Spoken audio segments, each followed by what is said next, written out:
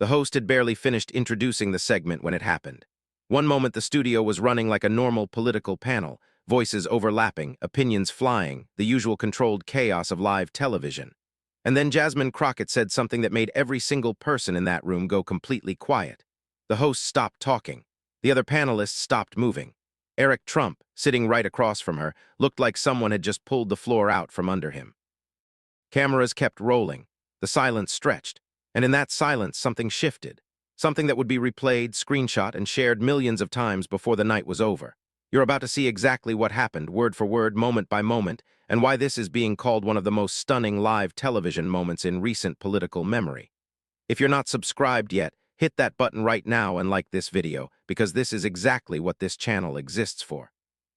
To understand what made this moment so explosive, you have to understand the setup. This was not a friendly conversation. This was not a round table where everyone agreed to be civil and move on. This was a live political panel on one of the most watched cable programs in the country, and both Jasmine Crockett and Eric Trump had been booked specifically because the producers knew there would be sparks.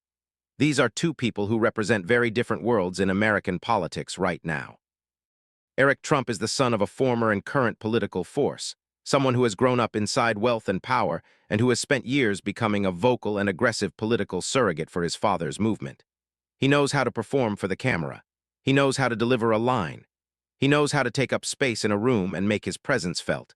He's done it hundreds of times on television, at rallies and interviews, in every setting you can imagine. Jasmine Crockett, as anyone who has watched her in action knows by now, is something else entirely. She grew up without the safety net that comes from a famous last name. She built her career the hard way, through law school, through a civil rights practice in Texas where the cases were hard and the odds were often against her, through a run for Congress that nobody expected her to win. She is precise, she is prepared, and she is completely unbothered by people who mistake confidence for competence. The segment had started with a discussion about economic policy, standard enough territory for a panel like this. Eric Trump was in his element, speaking fluently about business, about markets, about what he characterized as the success of his father's economic approach. He was smooth, he was polished, and he had clearly come with a script he felt comfortable delivering. Crockett listened. She let him finish. She did not interrupt, and then the host turned to her and asked for her response. What she said next is where this whole thing ignites. She started not by disagreeing emotionally, not by attacking the person, but by asking a very simple, clarifying question. She wanted to know which specific economic metric Eric Trump was referring to when he claimed the approach had been successful. Was it wage growth for working people? Was it small business formation? Was it household savings rates? Was it the cost of groceries and housing for families earning under 6 figures?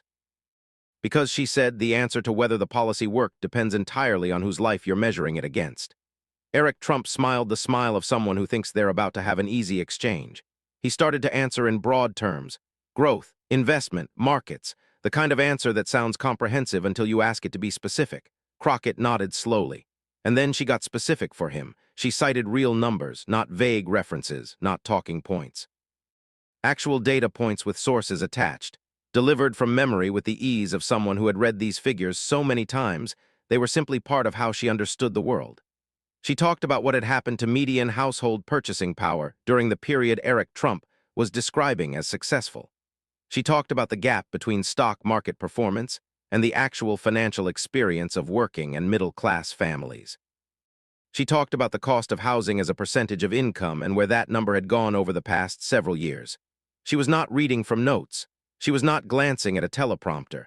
She was just talking, calmly and clearly, like someone explaining something true. Eric Trump's smile started to change. He tried to redirect. He brought up a different set of figures, talking about job numbers, about investments his family's business interests had made in various sectors, about what he described as a level of economic confidence that hadn't existed before. Crockett let him finish again. Then she did something that nobody on that panel expected. She connected Eric Trump's own public business record to the policy positions he was defending. She noted with complete composure that several of the industries his family's businesses operate in had received specific regulatory benefits during the period he was describing as a free market success. She named the industries.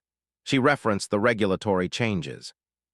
She explained, in language that any viewer at home could follow, exactly how those changes had benefited entities connected to the Trump organization, while simultaneously reducing protections for the workers and consumers in those same industries. The studio went quiet. Not the kind of quiet that happens when someone says something controversial and people are deciding how to react. The kind of quiet that happens when something true lands in a room that wasn't prepared for it.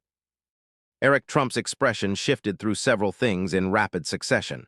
Surprise, then something closer to frustration, then the careful reconstruction of a composed face that the cameras were clearly still pointed at.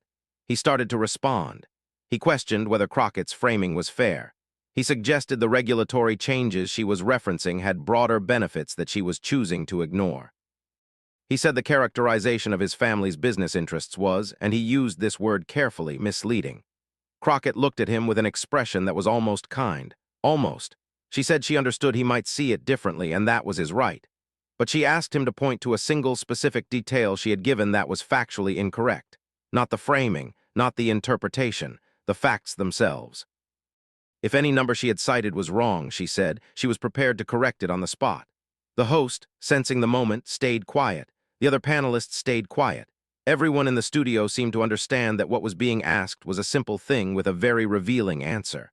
Eric Trump talked for about 45 seconds. He talked about the complexity of regulatory policy. He talked about the media's tendency to oversimplify. He talked about how these issues require context that a single television segment can't provide. He talked about a lot of things. He did not point to a specific fact that was incorrect. The silence that followed that non-answer was the silence that the internet would be talking about for days. Crockett simply nodded. She said she appreciated his perspective. Then she turned to the camera, not to perform, but in the natural way that happens when a person wants to make sure something is understood. And she said that the reason these details matter is because policy affects real people's real lives. And if we can't be honest about what the numbers actually show and who they actually helped, then we're not having a real conversation. We're just having television. The host, who had been silent for a remarkably long stretch of time for someone paid to fill airtime, visibly exhaled. The other panelists looked at their notes. Eric Trump looked at the camera with an expression that was working very hard to project calm. And that was the moment. That was the one that people who were watching live immediately knew they had just witnessed something different. Something that cut through the noise in a way that most television moments don't. What makes this so much more significant than a typical political argument is the mechanics underneath it. Eric Trump came to that segment prepared to play a game that has been very successful for people in his position for a long time. The game works like this. You make large, confident claims. You speak quickly and with authority. You project the energy of someone who has already won the argument. And if someone challenges you, you redirect, reframe, introduce complexity, and make the challenger seem like they're being unreasonably difficult. It's not about facts. It's about pace and confidence and the feeling of authority. Jasmine Crockett didn't play that game. She played a completely different game. One that only works if you actually know what you're talking about. One where the preparation happens long before you sit down in that chair. One where the goal is not to win the television moment, but to establish something true that cannot be walked back after the cameras stop.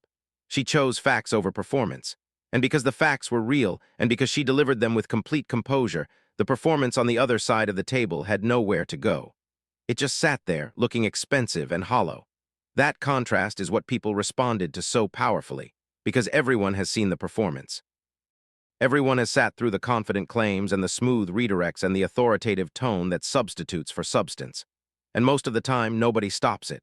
Nobody makes it answer a direct question. Nobody asks it to be specific, because the pace of the performance doesn't leave room for that. Crockett left room for it. She created the pause, she asked the question, and when the performance couldn't answer it, she let the silence do the rest. The reaction was immediate and massive. Clips of the exchange were being shared across every platform before the segment had even ended. The moment where the studio went silent was the one that spread the fastest, because even without any context, even if you didn't know who either of these people were, you could feel that something real had just happened. You could feel the shift in the room. Silence on live television is one of the most powerful things that can happen because it means something broke through the noise. By the time the program ended, the clip had been viewed millions of times. Political commentators were scrambling to give takes. The hashtags around the moment were trending in more than a dozen states. People who hadn't been watching the program live were waking up to their phones full of notifications about something that had happened on a political panel show. That almost never happens. The comment sections across every platform were dominated by a similar reaction. People who support Crockett were energized and vocal. But the more interesting reaction came from people who described themselves as political independents, or even as skeptics of her politics. They were sharing the clip not because they agreed with her policy positions, but because they had just watched someone refuse to be handled, refuse to be redirected, and refuse to let a non-answer pass as an answer.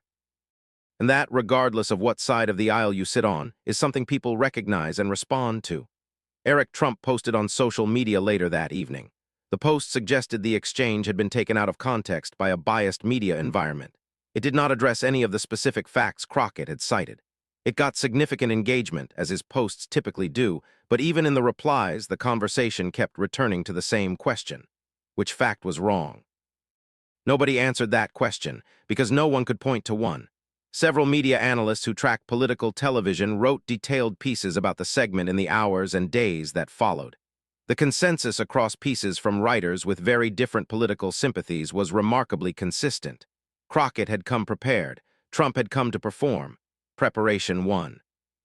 The specific claim that his non-answer to her direct challenge was the turning point was repeated in almost every piece, because that moment was the one that crystallized everything. Within 2 days, the clip had crossed into mainstream cultural conversation.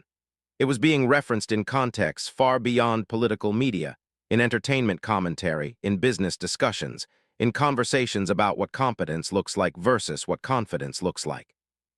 Something about the moment had struck a nerve that ran deeper than partisan politics. The program itself reported its highest single-segment viewership numbers in months, which sent its own kind of message to political television producers about what people actually want to watch. Not more noise, more clarity, more moments where the conversation has to be real because someone in the room insists on it. Inside Washington, the conversation among political professionals was pointed. Staffers and strategists on both sides of the debate were studying the tape. On one side, trying to understand what preparation approach had made Crockett so devastatingly effective. On the other side, trying to figure out how to prevent a repeat. The general view among experienced political operatives who were speaking candidly was that this was not a media training problem. You can't train your way out of being asked a question you can't answer. The only solution is to have the answer. And having the answer requires having done the work. Jasmine Crockett had done the work. A week after the broadcast, the specific policy areas Crockett had cited in her challenge were being reported on by multiple national outlets. Journalists who had been given a clear roadmap by watching the exchange started pulling threads on the regulatory history she had referenced. Several of those threads led to significant follow-up reporting that kept the underlying policy questions in the news cycle well beyond the initial television moment. The conversation Crockett had tried to force into the open on live television was now happening in newsrooms and policy discussions and congressional offices. She had used 4 minutes of cable television to put something into motion that was significantly larger than 4 minutes of cable television.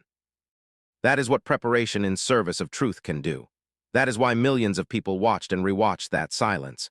Because they recognized, even if they couldn't fully articulate it, that they were watching someone use power correctly. Not to dominate, not to humiliate, not to score points for a team, but to make something real happen in a space that is usually very good at preventing real things from happening. The story isn't finished. The policy debates are ongoing. The political forces in motion around these issues are still moving, and Jasmine Crockett has not said everything she has to say. But that moment in the studio, the moment where the room went silent, the moment where a direct question sat in the air unanswered, the moment where performance ran out of road and had nowhere left to go, that moment is already part of the record. It already happened. And no amount of social media posts or reframing or redirecting changes what everyone in that room and everyone watching at home witnessed with their own eyes. Washington felt it. The country felt it.